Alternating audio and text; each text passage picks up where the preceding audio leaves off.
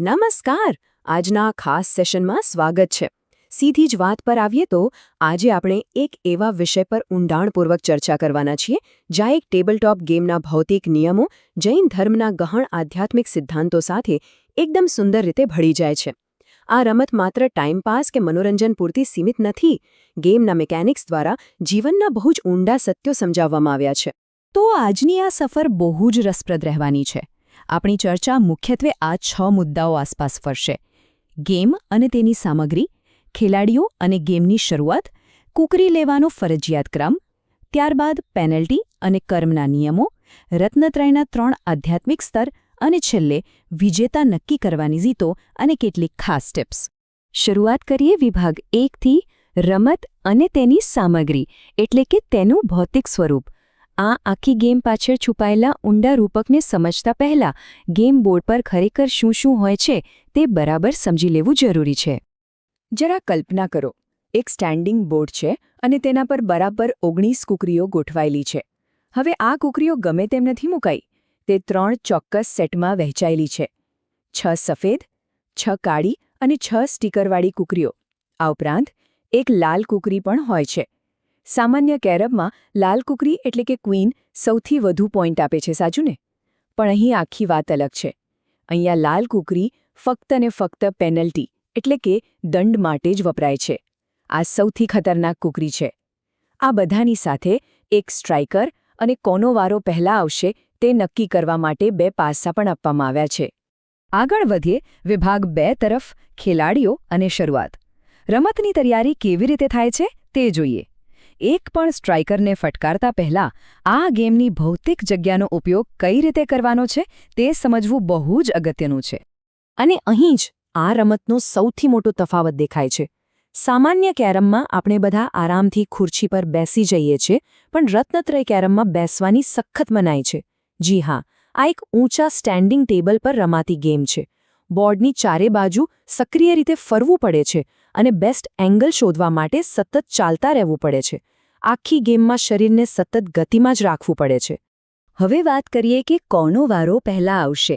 આ ગેમ 2 થી 6 લોકો રમી શકે છે, પણ કોણ પહેલો શોટ મારશે તે સંપૂર્ણપણે ગણિત અને પાસા પર આધારિત છે. દરેક ખેલાડી 2 પાસા ફેંકે છે. જેના અંકોનો સરવાળો સૌથી વધારે થાય તે પહેલો દાવ રમે, અને પછી ઉતરતા ક્રમમાં આખી મેચની સિક્વન્સ ફિક્સ થઈ જાય છે. આ એકદમ કડક અને ગણિત આધારિત પ્રક્રિયા છે. આમાં કોઈની પણ ભલામણ કે બાંધછોડ બિલકુલ ચાલતી નથી. ચાલો હવે જોઈએ વિભાગ 3: કુકરી લેવાનો ફરજિયાત ક્રમ. આ વિભાગ ખરેખર આ રમતનો પાયો છે, જેમાં અત્યંત કડક નિયમો રજૂ થાય છે. આખી રમતનો સૌથી જડ નિયમ એ છે કે અહીંયા એક ફરજિયાત ક્રમ સાથે સંપૂર્ણપણે બંધાયેલા રહેવું પડે છે. સૌથી પહેલાં સફેદ કુકરી જ લેવાની, ત્યારબાદ કાળી કુકરી અને છેલ્લે જ સ્ટીકરવાળી કુકરી પોકેટમાં નાખવાની. આ ક્રમને તોડવાની કે જમ્પ કરવાની કોઈ છૂટ નથી.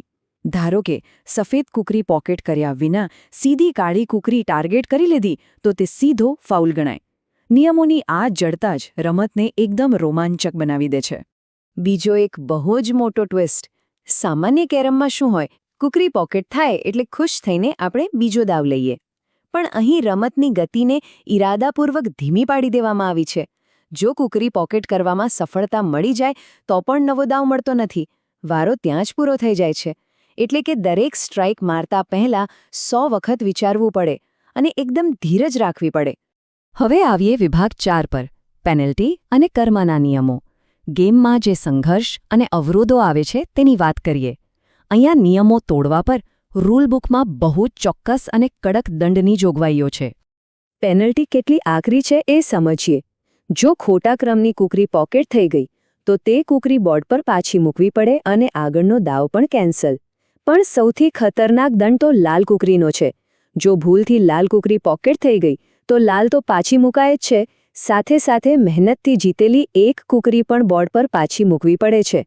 આ ઉપરાંત જો સ્ટ્રાઇકર પોકેટ થઈ જાય એટલે કે ફાઉલ થાય તો પોતાની જીતેલી કુકરી પાછી આપવાની અથવા તો આગામી દાવ ગુમાવવાનો. આ બેમાંથી એક કઠિન વિકલ્પ પસંદ કરવો જ પડે.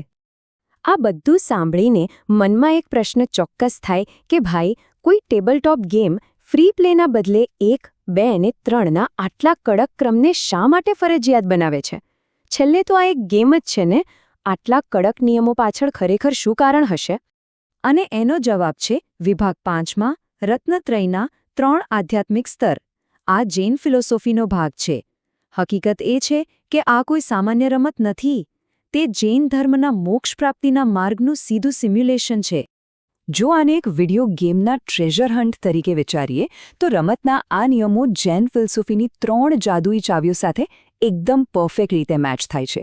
આપણે બધા જ જાણે એક આધ્યાત્મિક સફર પર છીએ. કાયમી સુખ એટલે કે મોક્ષરૂપી અલ્ટિમેટ ટ્રોફી સુધી પહોંચવા માટે આ ક્રમબદ્ધ ચાવીઓ મેળવવી અનિવાર્ય છે. આ સફરમાં પહેલી ચાવી છે સફેદ કુકરી. તેને સમ્યક દર્શન કહેવાય છે. સમ્યક દર્શન એટલે સાચો વિશ્વાસ. જેમ કોઈ મુસાફર ચાલવાનું શરૂ કરતા પહેલા પોતાના હાથમાં રહેલા નકશા પર ભરોસો કરે છે, બસ એવી જ રીતે પહેલા સફેદ કુકરી મેળવવી પડે છે. આ અતૂટ વિશ્વાસનું પ્રતીક છે. વિશ્વાસ વિના આગળની કાળી કે સ્ટીકરવાળી કુકરીઓ પાછળ ભાગવું સંપૂર્ણપણે અર્થહીન છે. પણ ખાલી વિશ્વાસ હોવો પૂરતો નથી. બીજી ચાવી છે કાળી કુકરી, જે સમ્યક જ્ઞાન એટલે કે સાચી સમજણનું પ્રતીક છે. એકવાર વિશ્વાસ સ્થાપિત થઈ ગયો પછી જ્ઞાનની જરૂર પડે છે.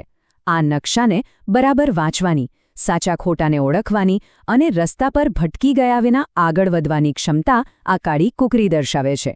અને છેલ્લું તથા સૌથી અઘરું પગથિયું છે સ્ટીકરવાળી કુકરી. આ છે સમ્યક ચારિત્ર. સમ્યક ચારિત્ર એટલે સાચું વર્તન અથવા એક્શન. ખરેખર પોતાની જગ્યાથી ઊભા થઈને તે માર્ગ પર ચાલવું, સારા વર્તન અને સાચી ક્રિયાઓનો અમલ કરવો. ખાલી બેસીને ફિલસૂફીઓ વિચારવાથી કશું નથી વળતું. ગેમની જેમ જ સાચી એક્શન લેવી સૌથી કઠિન છે, પણ તે જ સૌથી જરૂરી છે.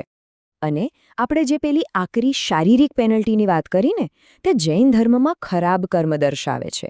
જેમ એક પેનલ્ટી સખત મહેનતથી જીતેલી કુકરી છીનવી લે છે, બરાબર તેમજ ખરાબ કાર્યો આત્મા પર કર્મ બનીને ચોંટી જાય છે. અને આ જ ખરાબ કર્મો આધ્યાત્મિક પ્રગતિને અટકાવીને અંતિમ વિજય એટલે કે મોક્ષથી દૂર ધકેલી દે છે. એકદમ સચોટ ઉદાહરણ. હવે આવીએ છેલ્લા વિભાગ 6 પર, વિજેતા નક્કી કરવાની રીત અને ટિપ્સ. આધ્યાત્મિક ફિલસૂફીથી પાછા બોર્ડની ભૌતિક દુનિયામાં ફરીએ. જોઈએ કે વિજેતા બનવા માટે ખરેખર કઈ શરતો પૂરી કરવી પડે છે. રમત શરૂ કરતા પહેલા 2માંથી એક પદ્ધતિ પસંદ કરવી પડે. પદ્ધતિ 1 એટલે ઝડપી રમત, જેમાં 3 કુકરીઓનો માત્ર એક રત્નત્રય સેટ. જે પહેલા પૂરો કરે તે સીધો વિજેતા. અથવા જો લાંબી મેચ રમવી હોય તો પદ્ધતિ 2 એટલે પોઈન્ટ સિસ્ટમ. આ એક મેરેથોન છે, જેમાં બોર્ડ ખાલી થાય ત્યાં સુધી રમત ચાલે છે અને અંતે સૌથી વધુ સેટ ભેગા કરનાર જીતી જાય છે. જો ખરેખર જીતવું હોય તો આ 5 વ્યૂહરચનાઓ બહુ કામ લાગશે. પહેલું, ટેબલની ચારે બાજુ ફરીને બેસ્ટ એંગલ શોધો. એક જ જગ્યાએ ઊભા ન રહો. બીજું, હંમેશા આક્રમક રમવાના બદલે થોડું રક્ષણાત્મક રમો. વિરોધીને જોઈતી કુકરીઓને જ વિખેરી નાખો. ત્રીજું, સૌથી અગત્યની સ્ટીકરવાળી કુકરીઓને શરૂઆતથી જ બોર્ડના અઘરા ખૂણામાં ધકેલીને સુરક્ષિત કરી લો. ચોથું, પેનલ્ટી આપનારી લાલ કુકરીથી હંમેશા દૂર જ રહો.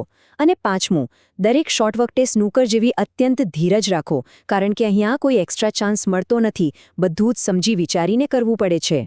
જે લોકો ગેમ મિકેનિક્સ અને આધ્યાત્મિકતાના આ અદ્ભુત મિશ્રણથી ખરેખર પ્રભાવિત થયા છે, તેમના માટે રૂલ બુકમાં વડોદરા સ્થિત આ રમતના સર્જક શ્રી મનીષ વી શાનો સંપર્ક નંબર પણ આપવામાં આવ્યો છે. વધુ માહિતી માટે 9429926447 પર સંપર્ક કરી શકાય છે. તો અંતે આ આખી રમત અને તેના મર્મ વિશે ઊંડાણપૂર્વક સમજ્યા પછી એક અત્યંત રસપ્રદ વિચાર મનમાં આવે છે.